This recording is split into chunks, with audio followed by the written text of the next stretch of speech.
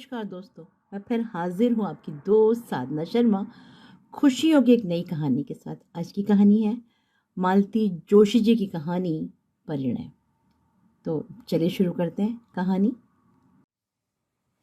आनंद की तरंगों पर झूलते हुए मैंने कनखियों से अपने लाडले की ओर देखा।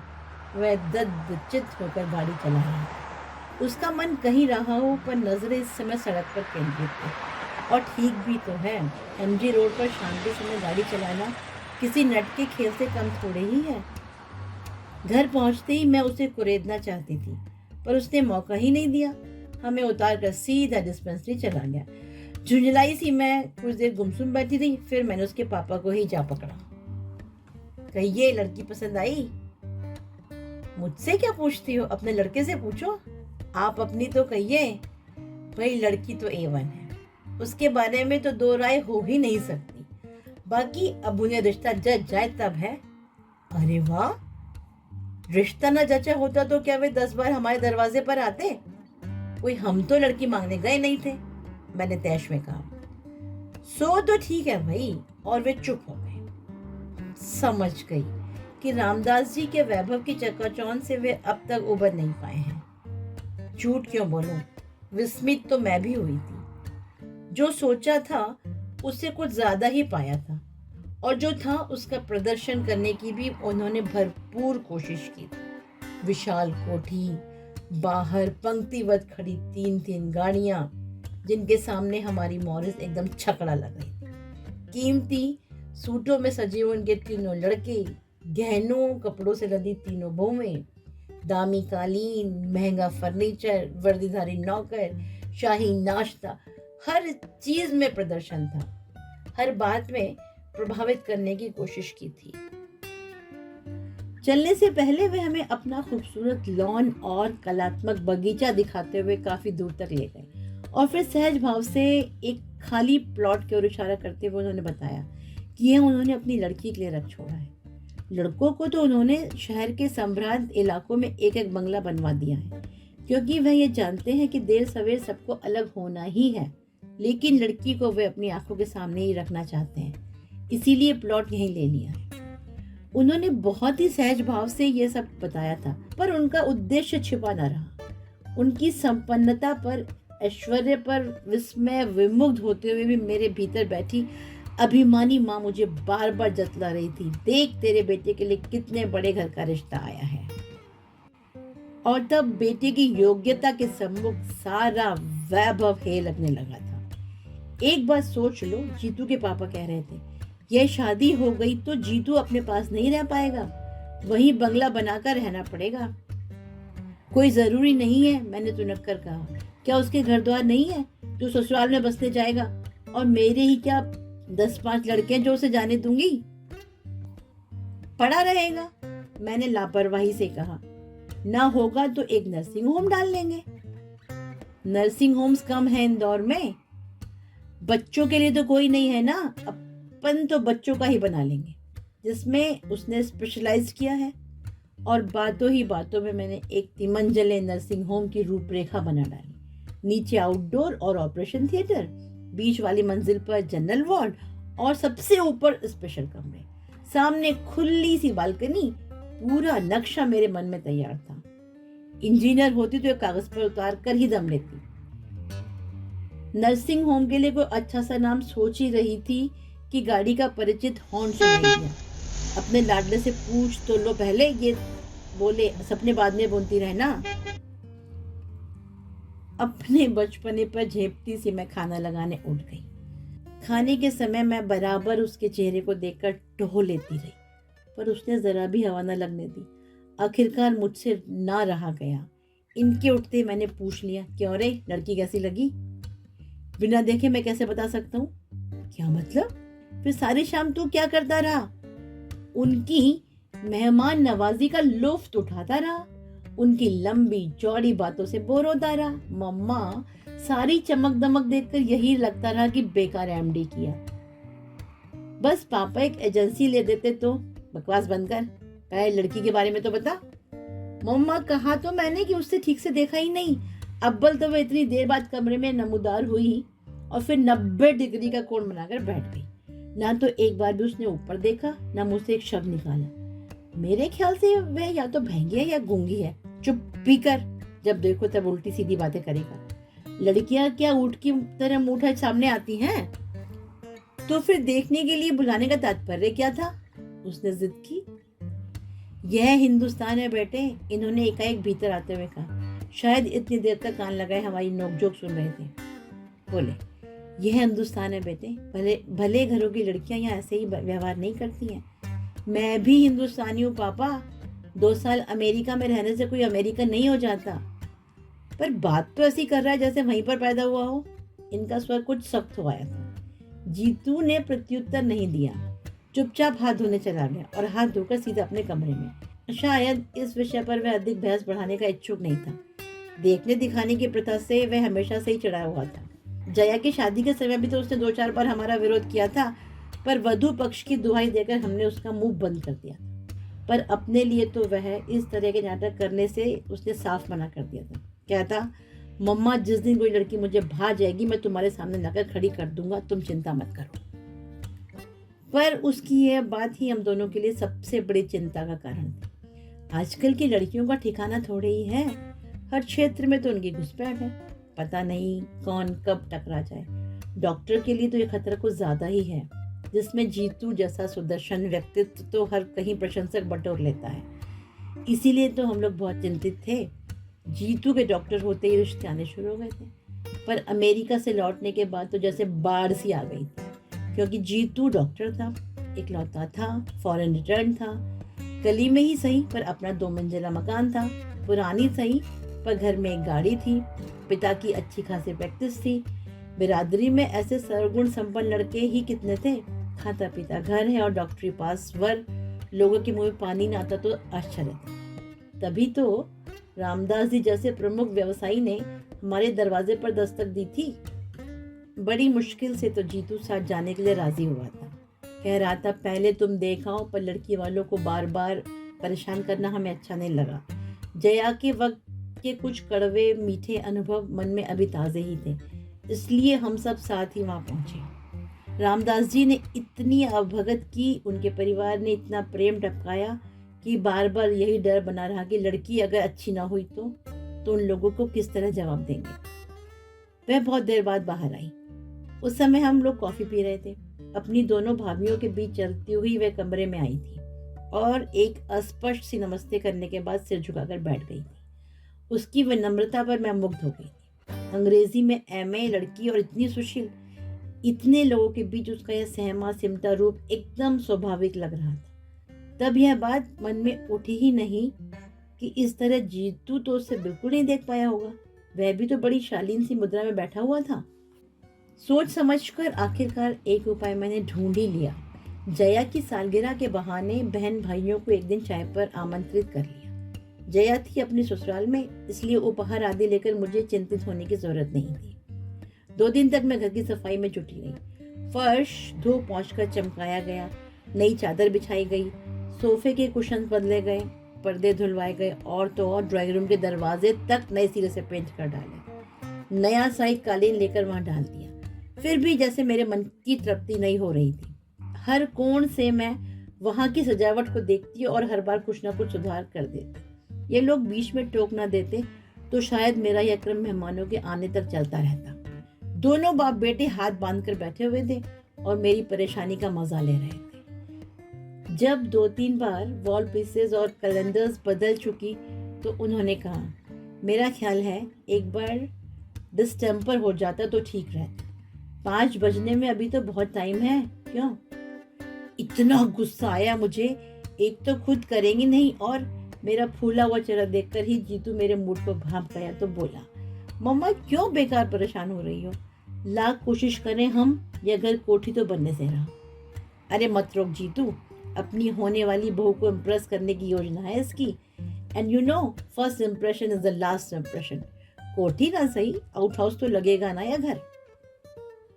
अरे आउट हाउस भी लग जाए तो गनीमत समझो, मैंने तुनक कर कहा।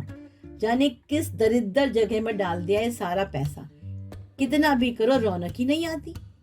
गुस्से में ही सही मैं अपने मन की बात कह गई थी। इतना लंबा चौड़ा मकान बनवा तो लिया, पर गली की वजह से इसकी सारी शान पर पानी सा फिर जाता था। रामदास जी के आउट हाउसेस सचमुच इससे अच्छा शो देते थे। उस दिन प्लॉट दिखाने ले गए थे, तब उन्होंने दिखाई थी छोटे छोटे कमरों की वह लंबी कतार। उनकी संस्था के कर्मचारी उसमें रहते थे। खुली जगह में हरियाली के समुद्र के बीच वे छोटे छोटे द्वीपों की तरह लग रहे थे। जीतू ठीक ही कहता है, बेकार मेहनत करने से क्या फायदा, उस वैभव से होड़ तो लेना ही असंभव है। ठीक 5 बजे वो लोग आए। छोटी वाली दोनों भाभियां, छोटा भाई और वह। मुझे अच्छा लगा। बहुत भीड़ होती तो वही उस दिन वाला किस्सा हो जाता। लगा कि लोग समझदार हैं। सीमा उस दिन की तरह गहनों से लदी नहीं थी। मेकअप भी बहुत हल्का सा था, इसलिए उसका सौंदर्य आज आंखों में चकाचौंध नहीं भर रहा था, बल्कि ठंडक दे रहा था। नींबू कलर के हल्के जरी के काम वाली शिफॉन उसके रंग के साथ एकाकार हो रही थी और देखने वालों की आंखों को बांध लेती थी। मेरी नौकरानी ने तो निर्णय वही सुना दिया। लाडी घनी सुंदर छे हो, कदे हमारी नजर नहीं लागी जाए। वे सभी लगभग समवयस्क ही थे। उन्हें ड्राइंग रूम में छोड़कर मैं रसोई में चली आई और देर तक नाश्ता लगाती रही। नाश्ते की तैयारी भी मैंने कल से शुरू कर दी थी और अपना सारा पाक कौशल दांव पर लगा दिया था। उन लोगों ने हर वस्तु के साथ न्याय किया और प्रशंसा के पुल बांध दिए। छोटी बहू ने तो 2-1 चीजों की विधि भी पूछी। अच्छा लगा। सीमा जरूर धीरे धीरे चुप सा रही थी, पर मैंने ध्यान नहीं दिया।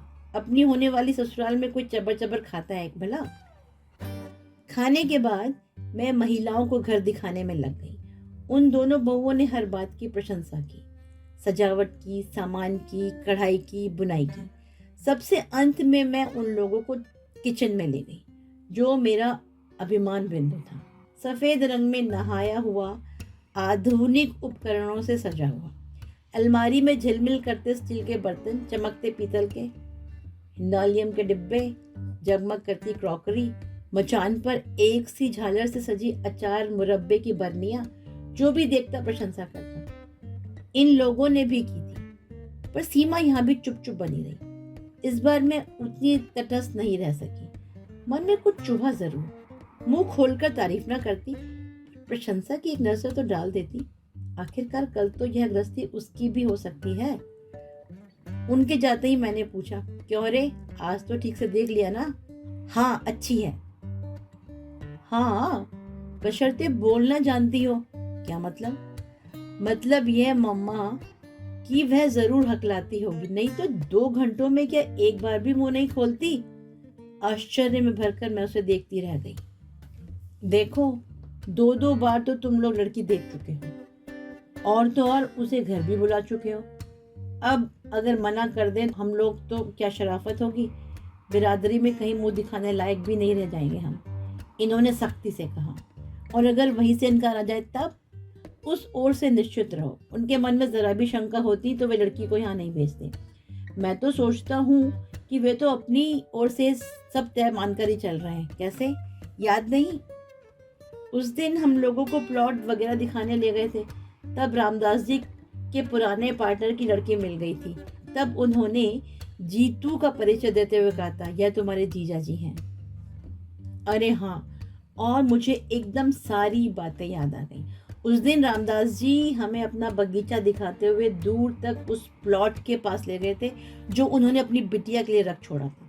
हम लोग मुआयना कर ही रहे थे कि पीछे आउट हाउस की तरफ से एक लड़की साइकिल पर आती दिखाई दी।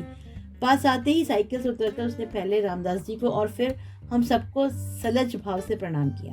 लड़की बहुत सुंदर नहीं थी, वेशभूषा भी साधारण ही थी, पर कोठी के चमक दमक भरे वातावरण के बाद उसका रूप ऐसे लगा जैसे बरसात के बाद धूप निकल आई।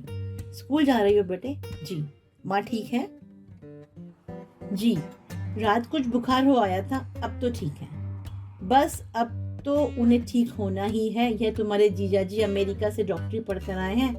सो किसके लिए? रामदास जी ने कहा। फिर जीतू की ओर देखकर बोले, बेटा जितेंद्र, यह 1 ही साल है तुम्हारी, लेकिन 10 के बराबर है, बचकर रहना। उसने कनखियों से जीतू को देखा और शर्माकर मुस्कुरा दी। फिर धीरे से रामदास जी से बोली, ताऊ जी मैं चलूँ अब? हाँ बेटे, 10:30 हो रहे हैं, चलो अब, नहीं तो लेट हो जाओगी। उन्होंने प्यार से पीठ थपथपाकर उसे विदा किया। जाने से पहले उसने एक बार फिर हम सबको नमस्कार किया और साइकिल हाथ में लेकर चल पड़ी। कुछ दूर जाने के बाद ही वह उस पर सवार हुई। उसकी विनम्रता पर मुग्ध हो गई मैं। पूछ ही लिया, कौन है यह? बड़ी प्यारी लड़की है, मेरे दोस्त की बेटी है। हम दोनों एक ही दफ्तर में काम करते थे।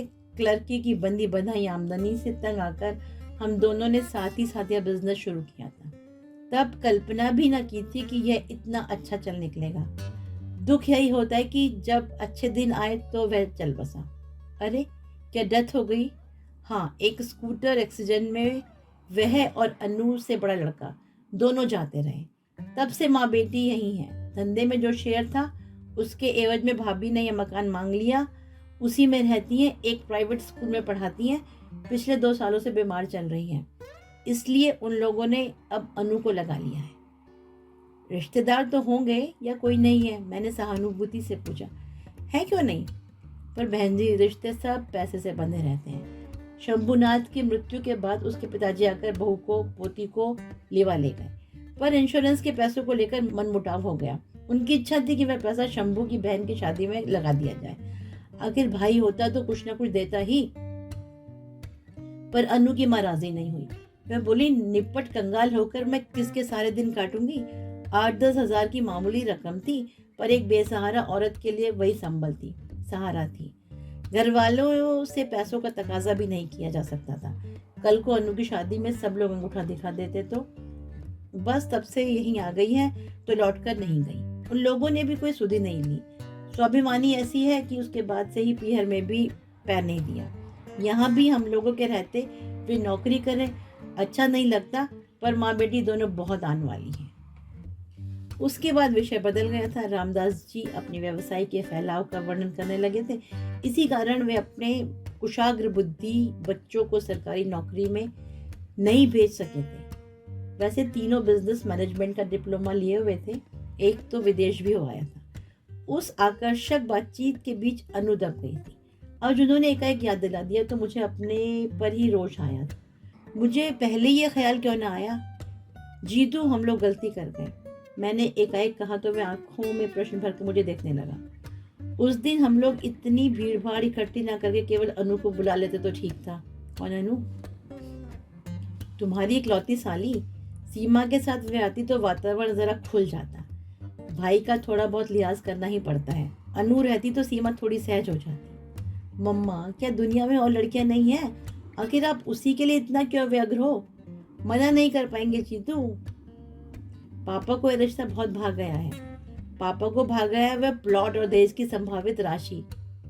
और लड़की, वह भी तो बुरी नहीं है। अच्छा सच बता, क्या तुझे पसंद नहीं है?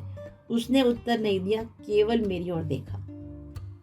उसकी आंखों में सीमा का नाम साफ पढ़ा जा सकता था। उस दिन मैं और जीतू पिक्चर देखकर लौट रहे थे।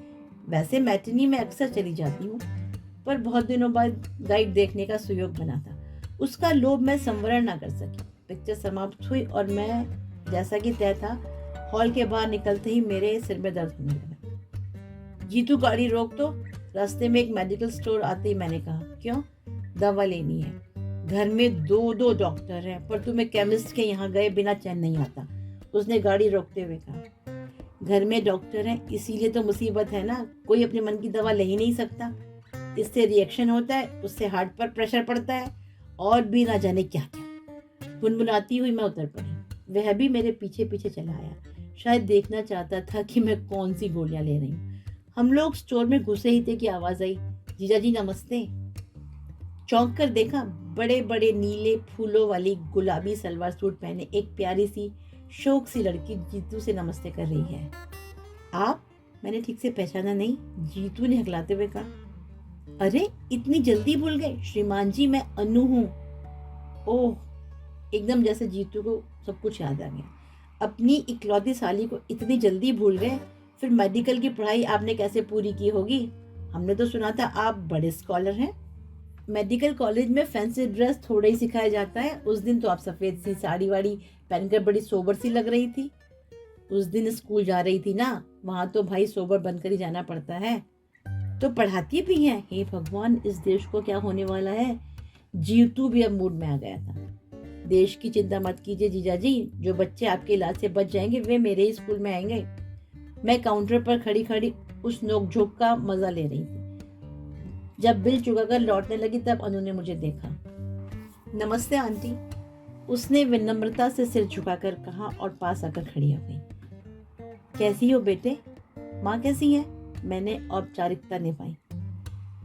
माँ का तो आंटी चलता ही रहता है, उन्हीं की दवाइयाँ लेने आई हूँ, उसने कंधे पर लटका बैग खोलकर दिखाते हुए कहा। चलो तुम्हें घर छोड़ दे, मैंने दुकान से बाहर निकलते हुए कहा। ना आंटी, मेरे पास तो अपना लौहरत है। पर यह बताइए आप लोग घर कब आ रहे हैं? उस दिन ताऊजी कह रहे थे कि जियाजी एक दिन माँ को देखने जरूर आएंगे। मैंने जीतू की ओर देखा। वह कुछ देर तक सोचता रहा, फिर बोला, अनु जी आपके घर हम आएंगे जरूर, पर एक शर्त है। फरमाइए।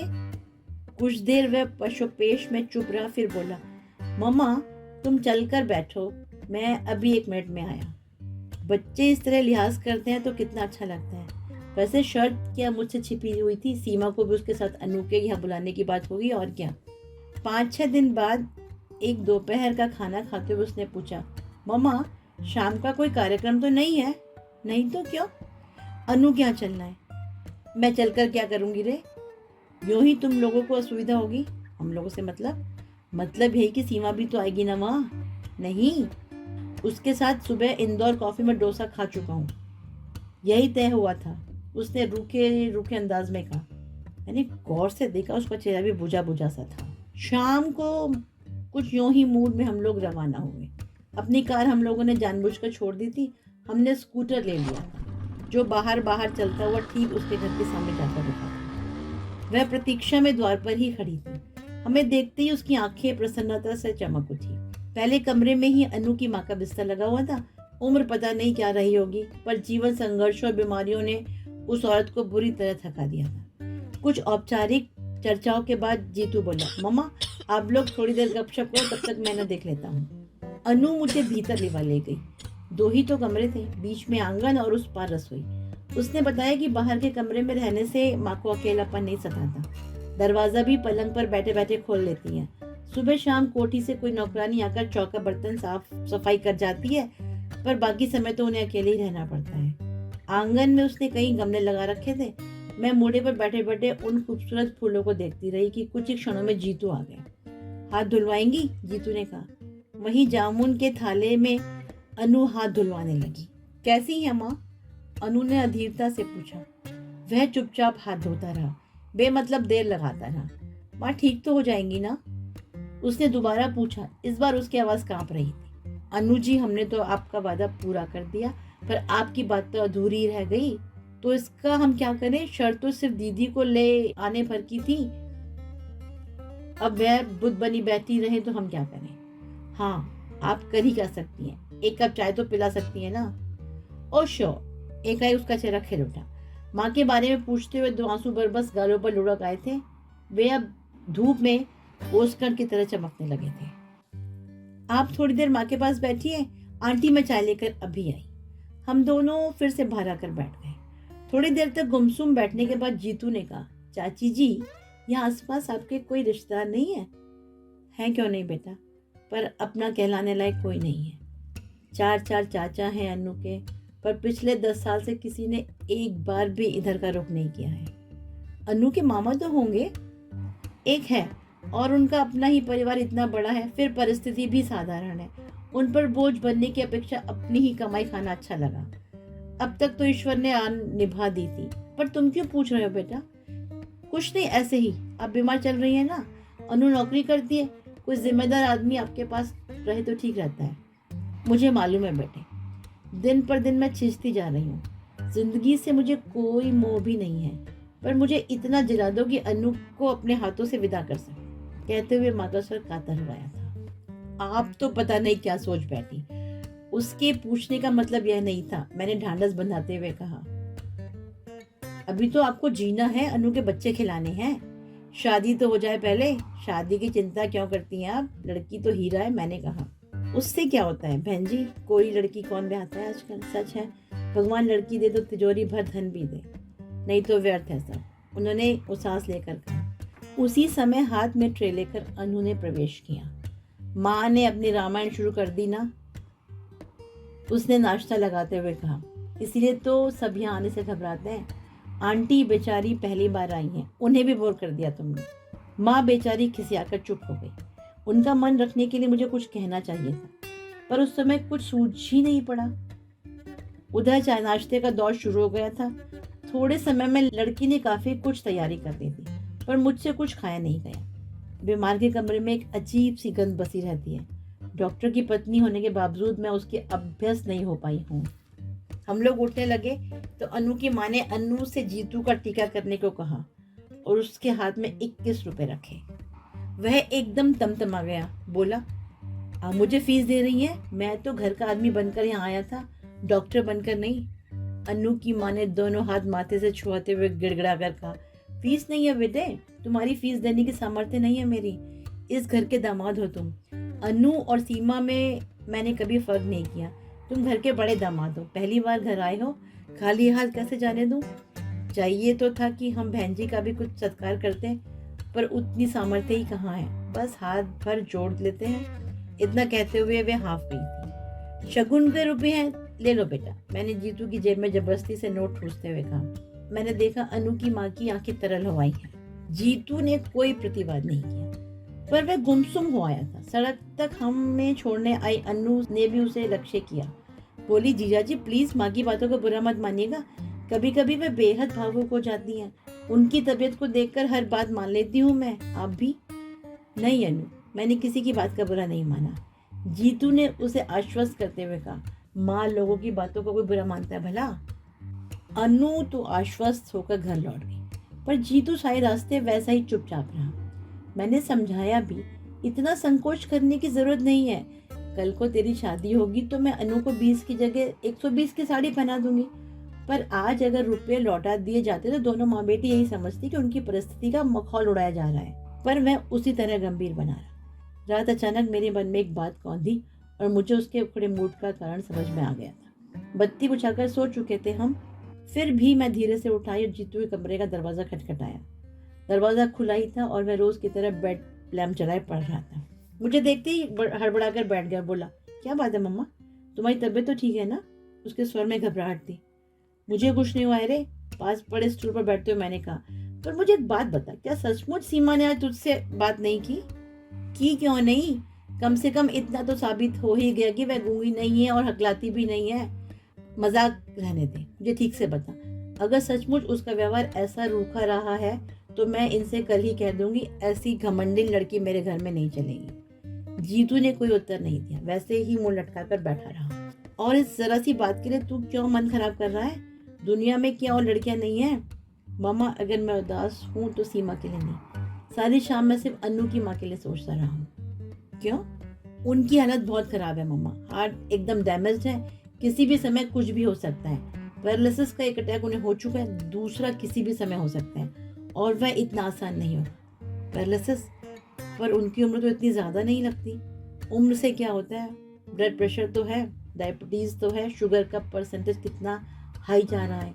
उनका चार्ट देखती तो तुम्हें गश आ जाता। कोई जिम्मेदार आदमी घर में होता तो मैं उसे स्थिति की गंभीरता से उसे परिचित कराता, पर ले देकर बस वही एक लड़की है घर में, उसे कोई क्या कहे, कैसे कहे? सच ही तो कह रहा था वह। जया सगाई से 4-5 दिन पहले ही आ गई थी। आते ही वह शुरू हो गई, मम्मा लड़की खूब सुंदर है ना, नहीं तो मैं कहीं मुंह दिखाने लायक नहीं रह जाऊंगी। अब जैसी भी है देख लेना, मैंने चुटकी लेते हुए।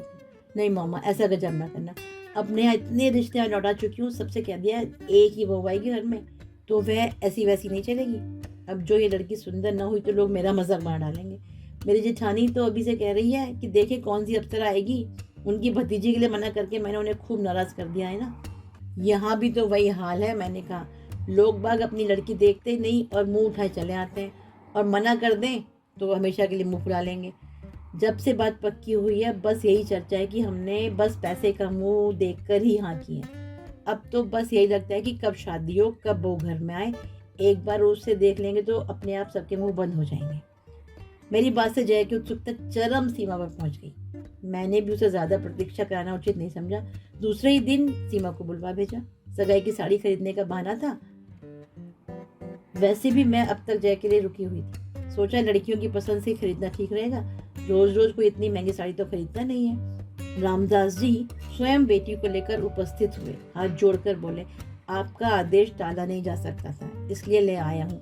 वैसे उसकी अपनी कोई पसंद नहीं है, आप जो भी पहनाएंगी पहन लेगी। मैंने उन्हें आश्वस्त किया, खरीदारी का तो बहाना है, दरअसल जया उसे देखना चाहती थी।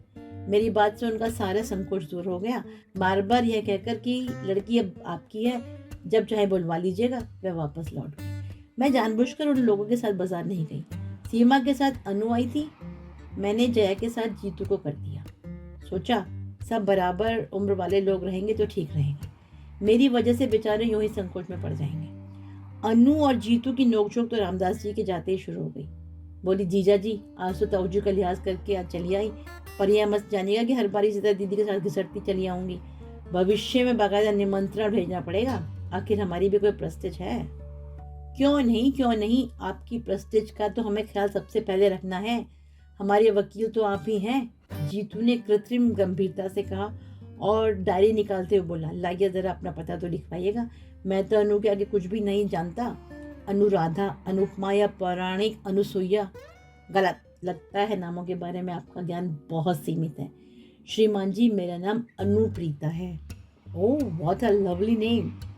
बस हाय जीजा जी, आप कभी ना हुए, नहीं तो कह दे वाह, जैसी आप हैं वैसे ही सुंदर आपका नाम है। मुझे खेद है अनु जी कि मैं डॉक्टर हूँ, सच बात कहती हूँ, जो अक्सर कड़वी होती है। कहिए तो। कहना चाह रहा था कि काश आप भी उतनी सुंदर होती जैसा आपका नाम। हाँ ठीक ही तो है, अब तो अपनी नजरों में एक ही व्यक्ति सुंदर रह गया है। कहते कहते उसने होंठ भींच लिए, पलकों के किनारे भीग गए। मैंने जीतू को डांट कर चुप कराया तो बोला, बस इतने में ही रोती? और आपके ताऊजी कह रहे थे एक ही साली है पर 10 के बराबर है, हमने तो सिर्फ बानगी पेश की है और आपके छक्के छोड़ गए। उनकी इस जुगलबंदी का हम सभी मजा ले रहे थे। जीतू की आखिरी बात पर तो सब लोग ठठाकर हंस पड़े। अनु भी बहादुरी के साथ मुस्कुरा दी। इसी हंसी खुशी के वातावरण में सब लोग घर से विदा हुए और उन लोग के चले जाने के बाद मुझे याद आया कि सारे शोर शराबे के बीच सीमा एकदम गुमसुम बैठी हुई थी। बोलना तो दूर, वह एक बार मुस्कुराई तक नहीं। शर्मीली बहुत लड़कियां देखी है मैंने, पर उनके अधमुंदे होठों से, नत पलकों से हंसी की किरणें निरंतर फूटती रहती हैं। सीमा शर्माती नहीं है, हुन्नी लड़की है। जीतू जैसे हंसमुख लड़के के साथ उसका निभाव कैसे हो सकेगा, या उसे भी अपनी तरह मनहूस बनाकर रख देगी। जब से ये शादी तय हुई है मैं इसी चिंता में खुली जाती हूँ। इनसे तो कुछ कहना ही बेकार है। एक बार मुंह खोलने का प्रयास किया था तो बुरी तरह डांट खानी पड़ी थी। बोले, तुम तो जीतू को अभी दूध मुंह बच्चा ही समझती हो, वह तुम्हारे सामने नाटक करता है और बाहर उसे लेकर होटलों में घुमा करता है। होटल में सिर्फ एक बार गया था जी, तभी तो। एक बार या 100 बार, उससे क्या फर्क पड़ता है। अपने लाडले को समझा दो, ये हिंदुस्तान है, अमेरिका नहीं है। यहाँ की लड़कियां ऐसे गैर के साथ होटलों में नहीं जाया करती। और फिर बात दब गई। पर जितनी बार सीमा को देखा यही लगा, इस लड़की से मेरा या जीतू का निर्वाह कैसे होगा। कोई और लड़की होती तो इतने दिनों में घर से एक आंतरिक संबंध स्थापित कर लेती, पर ये आज भी उतनी पराई लगती है। बाजार से लौटी जया तो भरी हुई थी। साड़ी का डिब्बा मेरे सामने पटक कर बोली, लो देख लो, पूरे 700 की साड़ी है। पर महारानी ऐसे मुंह बनाती थी जैसे उसके लिए छींट खरीदी हो। मैंने डिब्बा खोलकर देखा, रानी कलर की बनारसी रेशम जरी की बूटियों से झिमझिम कर रही थी। उसे पसंद नहीं आई? मैंने अधीर होकर पूछा। अरे मुंह खोलकर कहे तब ना, मूर्ति की तरह कोने में बैठी रही, हाथ लगाना तो दूर, एक बार आंख उठाकर नहीं देखा। वह सिलबिल थी, साथ में जो ठीक रहा उसी की मदद से चुनाव कर डाला। मेरा मन एकदम बुझ गया। माना कि बड़े घर की लड़की है, बनारसी साड़ी उसके लिए अनोखी चीज नहीं है, पर सगाई की साड़ी के साथ तो एक भावनात्मक संबंध होता है। मुंह से कुछ ना कहे कोई तो आंखों से ही बहुत कुछ कहा जा सकता है। कम से कम जया का मन तो रह जाता। वह तो इतनी आहत होकर लौटी है कि बहू की रूप चर्चा उसके सामने व्यर्थ ही है। मुझे यही तो डर लगता है रे। मैंने कहा, अजीब घुन्नी लड़की है, जीतू के साथ पता नहीं कैसे निभेगी। घुन्नी नहीं है मम्मा, घमंडी है। तुम तो अपनी चिंता करो, जीतू के लिए परेशान होने की जरूरत नहीं है। उनकी तो खूब घुट रही है। अभी आते आते भी उसने एक चिट्ठी चुपके से पकड़ाई है, मैंने साफ देखा है। जय की बात ने सचमुच चौंका दिया मुझे। सोचा ये ठीक ही कहते हैं, जीतू यूं ही मेरे सामने नाटक करता होगा, मैं भी तो पागलों की तरह उसके पीछे पड़ जाती हूँ। सीमा ने क्या कहा, सीमा से क्या बात की, कैसे की, बेचारा जवाब भी दे तो क्या। कुछ भी हो, मन से एक बोझ तो उतर ही गया। सारी तैयारी करते करते रात के 12 बज गए। दूसरे दिन ये लोग ओली डालते जा रहे थे। इतने बड़े घर से संबंध होने जा रहा था। पहली बार हम लोग कुछ लेकर जा रहे थे, पर जैसे सारी चिंता मेरे ही सिर पर थी और कोई मेरा हाथ बटाने नहीं आ रहा था। जीतू का तो खैर प्रश्न ही नहीं था। जया मुंह फुलाकर बैठ गई थी। उसे सीमा जरा भी अच्छी नहीं लगी थी। कल जीतू ने चिढ़ा दिया था कि सीमा के आ जाने से दीदी का सौंदर्य थोड़ा फीका पड़ जाएगा, इसी से वह नाराज है। बात हंसी मजाक में ही टल जानी थी, पर जया बहुत बुरा मान गई। उसकी ओर से किसी सहायता की आशा करना ही व्यर्थ था। सबसे ज्यादा रोष तो मुझे उसके पापा पर आ रहा था। एक बार भी उन्होंने सारा सामान नहीं देखा, ना पूछताछ की। मैं बिस्तर पर गई तब वे बड़े मजे से खराड़े ले रहे थे। इतना ताव आया मुझे, उन्हें झकझोर कर जगाया मैंने और पूछा, सुनो, सुबह जमाई साहब को लेने स्टेशन कौन जा रहा है? ठीक से तय कर लो, नहीं तो समय पर कोई नहीं पहुंचेगा। कोई नहीं जा रहा है, उन्होंने अलसाए स्वर में कहा। क्यों? क्योंकि वे नहीं आ रहे। क्यों? आपको कैसे पता? क्योंकि मैंने उन्हें फोन पर मना किया है। अरे क्यों? क्योंकि कल का प्रोग्राम कैंसिल हो गया है। क्यों? रामदास जी को हार्ट अटैक हो गया है। हाय राम, क्यों? क्योंकि उनकी लड़की अपने फुफेरे भाई के साथ भाग गई है। क्यों? वह एकदम झल्लाकर उठ बैठे। तुम्हारी इस क्यों का कहीं अंत भी होगा? लड़कियां किसी के साथ क्यों भाग जाती हैं? कि यह भी मुझे बताना होगा। खिसिया कर चुप हो गई मैं। सच तो पागलों की तरह प्रश्न पर प्रश्न किए जा रही हूँ। कम से कम इनकी मनस्थिति का तो ख्याल किया होता। शाम से अनमने हैं बेचारे, पर मुझे अपनी व्यवस्था के बीच ध्यान ही ना आया। इस कांड की तो मैंने कल्पना भी नहीं की थी। मन इतना बौखला गया था कि अनचाहे मुझसे निकल गया। अब क्या मिठाई बांटो? वह गुर्राए। तुम दोनों माँ बेटे तो शुरू से ही मीन मेक निकाल रहे थे ना। अब तुम्हारे मन की हो गई। गराई लक्ष्मी दरवाजे से ही लौट गई। खूब आनंद मनाओ। शोभ उनके हर शब्द से टपका पड़ रहा था। रामदास जी के घर समधी बनकर जाने का सबसे ज्यादा चाव उन्हीं को था, इसलिए सबसे ज्यादा निराशा भी उन्हें झेलनी पड़ी। इसके बाद चुप रहने में ही मैंने अपनी खैरियत समझी, पर रात भर मुझे नींद नहीं आई। बार बार सीमा का रूखा व्यवहार याद आता रहा। उसे हम लोगों में कोई दिलचस्पी नहीं थी तो वह स्वाभाविक ही था, पर घर के लोग कैसे हैं, क्या उन्हें भी अंदाजा ना हुआ होगा? लेकिन लगता है वे लोग सब जान गए थे, तभी तो हाथ धोकर पीछे पड़ गए थे। जिस दिन से रिश्ता लेकर आए थे उन्होंने हमें सांस ही नहीं लेने दी। यह तो ईश्वर की कृपा थी, जो समय रहते सारा रहस्य खुल गया। मुझे कमरे में आते हुए उसने दर्पण में देख लिया था। वहीं से बोला, तुम परेशान क्यों हो रही हो मम्मा? मैं अभी शेव बनाकर वहीं आ रहा था। मैं तो यूं ही चली आई थी रे। चाय की ट्रे गोल मेज पर रखते हो मैंने कहा। सोचा साथ साथ चाय पी लेंगे। और एक बात भी कहनी थी। Something important? उसने अपना काम जारी रखते हुए पूछा। हाँ, ऐसा ही समझ लो। वह जो सीमा है ना, वह इस पर बुरी तरह से चौंका कि रेजर हाथ से फिसल ही गया था। गीले तौलिए से गाल को सहलाते हुए मेरे सामने आकर बैठ गया और अधीर स्वर में बोला, सीमा का क्या कह रही हो तुम? क्या किया उसने? वह अपने फुफेरे भाई के साथ भाग गई है। मैंने सपाट स्वर में आखिर कह ही डाला। ओ मामा। उसने एक दीर्घ सांस छोड़ी। तुमने तो मुझे डरा ही दिया था। उतनी ही देर में मैं पता नहीं क्या क्या सोच गया था। क्या सोच गया? मैंने हरस से पूछा। दरअसल मम्मा, मैं एक पागलपन कर बैठा था, उसने खिसिया स्वर में कहा। इससे पहले कि मैं कुछ पूछूं वह उठा और दराज से कागज का पुर्जा निकाला और बोला, लो पढ़ो। पढ़ने को था ही क्या, बस 2 पंक्तियां थी। अगर आप शादी से इनकार नहीं करेंगे तो मुझे मजबूरन कुछ खा लेना पड़ेगा। कब मिली है चिट्ठी तुझे? मैंने कांपते स्वर में पूछा। उसी दिन जब हम लोग साड़ी खरीदने गए थे। तो पगले, मुझे बताए क्यों नहीं? कैसा सर्वनाश हो जाता। अभी एक जिद सी सवार हो गई थी मम्मा। मैं भी जया की तरह सोचने लगा था। लगता था ये लड़की हमें बहुत छोटा करके देखती है। इसके दर्द को तोड़ना होगा। इसे ब्याह कर घर लाना ही है, भले ही दूसरे दिन से छोड़ाना पड़े। उसकी बेरुखी का कोई और भी कारण हो सकता है, इस ओर ध्यान ही नहीं गया। और अगर सचमुच में कुछ खा लेती तो? मैंने कप में चाय डालते हुए पूछा। इसीलिए तो तुमने जब एकाएक उसका नाम लिया तो मैं डर गया। मुझे तो हैरत होती है मम्मा, पढ़ी लिखी होकर भी ये लड़कियां इतनी बुजदिल कैसे हो सकती हैं? अपने मन की बात मुंह खोलकर कहती क्यों नहीं? बस गूंगी गाय की तरह हर किसी खूंटे से चुपचाप बन जाती है। अब तो उसने अपने तेवर दिखला दिए ना, मैंने कड़वाहट भरे स्वर में कहा। हाँ, यह तो मानना पड़ेगा।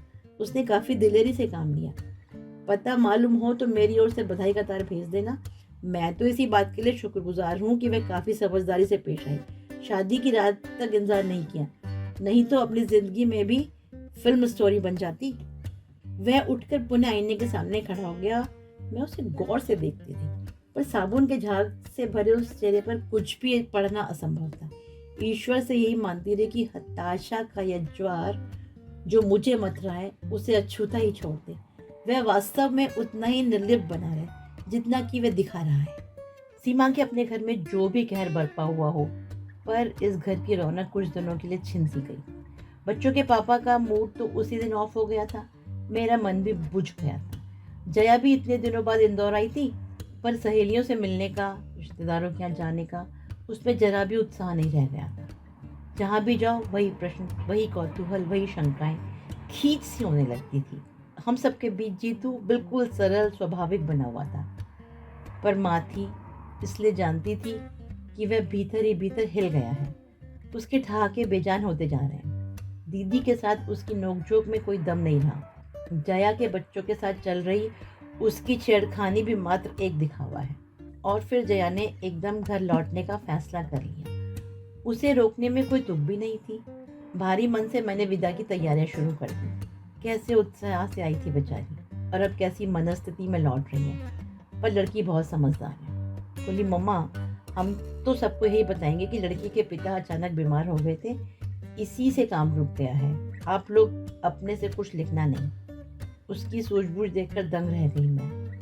सच लड़कियों को मैके की प्रतिष्ठा का कितना ख्याल रहता है। कुलियों के सिर पर सामान लदवा कर हमने प्लेटफॉर्म पर पैर दिया ही था कि आवाज आई, नमस्ते दीदी, नमस्ते आंटी।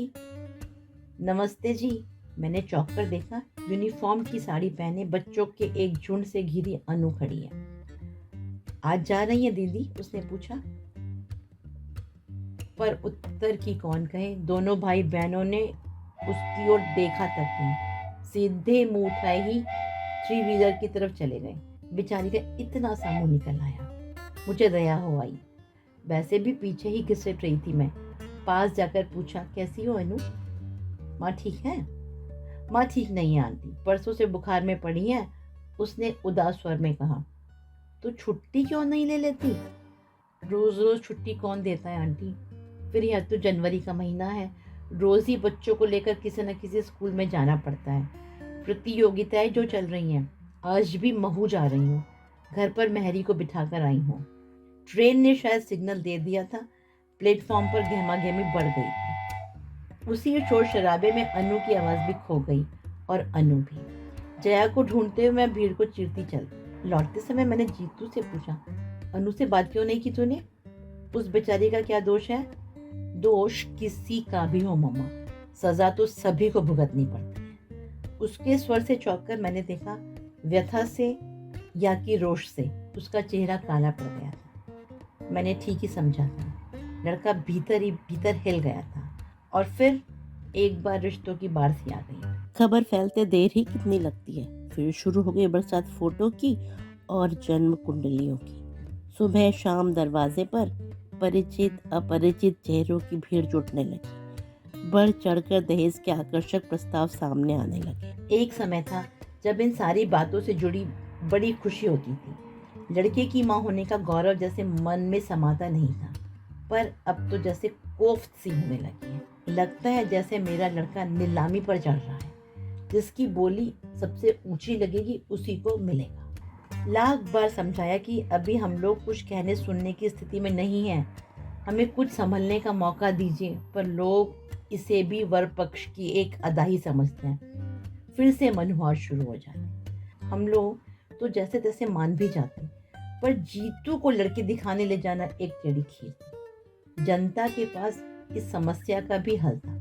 लोग किसी न किसी बहाने लड़कियों को लेकर घर आने लगे। बाजार में, मंदिर में या सिनेमा हॉल में योजनाबद्ध तरीके से लड़कियों का प्रदर्शन होने लगा। जीतू तो एकदम बौखला गया।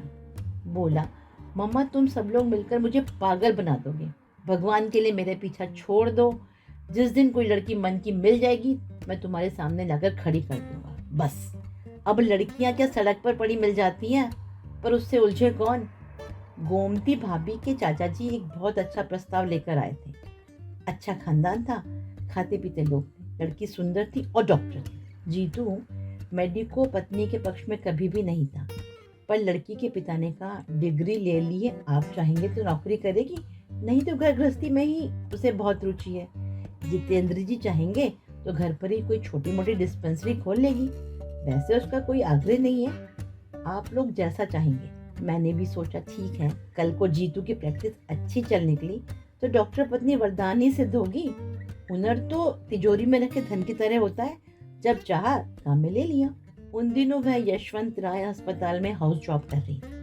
तय हुआ कि उसे वहीं चलकर देखा जाए। जीतू से तो साफ साफ कहना व्यर्थ ही था। मैंने बहाना बनाया, छठी मंजिल पर अमुक चाची बीमार पड़ी है, उनका मोतियाबिंद का ऑपरेशन हुआ है, तू साथ चलेगा तो थोड़ी लिफ्ट की सुविधा मिल जाएगी। वह मना नहीं कर सकेगा, जानती थी। अस्पताल के विशाल पोर्ट में स्कूटर टिकाया ही था कि देखा सीढ़ियों पर एक परिचित आकृति हथेलियों से चेहरा छिपाए सिसक रही है। अनु क्या हुआ? हम दोनों के मुंह से एक साथ निकला। उसने अपना आंसुओं से भीगा चेहरा उठाकर हमारी ओर देखा और पास चली आई। बोली, जीजाजी माँ बहुत बीमार है। उस दिन स्टेशन पर जीजाजी कहते हुए उसकी जबान लड़खड़ा गई थी, पर आज उसे इसका होश नहीं था। उसकी माँ सचमुच बीमार थी। क्या हुआ माँ को? पता नहीं, परसों से यहाँ ले आए हैं, तब से उन्होंने एक बार भी आंख नहीं खोली है। कौन से नंबर में है? चलो देखते हैं। यहीं इंटेंसिव में है, पर वहाँ किसी को भीतर जाने थोड़े ही दे रहे हैं। ताऊ जी, भाई साहब, मामा जी सब बाहरी बेंचों पर बैठे हैं।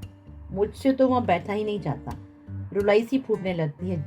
जीजाजी आप तो डॉक्टर हैं, आपको तो जाने देंगे ना? उसने अधीरता से पूछा। मामा जी आए हैं? जीतू ने पूछा। हाँ, कल शाम ही आ गए हैं, उन्हें तार दे दिया था ना। अच्छा अनु तुम अंदर चलो, मैं डॉक्टर परिहार को लेकर अभी आ रहा हूँ, जीतू ने अधिकार पूर्ण लहजे से कहा। एक बार हम लोगों की ओर करुणा दृष्टि से देखते हुए अनु भारी कदमों से भीतर चली। उसके जाते ही जीतू मेरे सामने तनकर खड़ा हो गया और पास से गुजरती बेतहाशा भीड़ को अनदेखा करके बोला, मम्मा क्या तुम इस लड़की को बहू के रूप में स्वीकार कर सकोगी?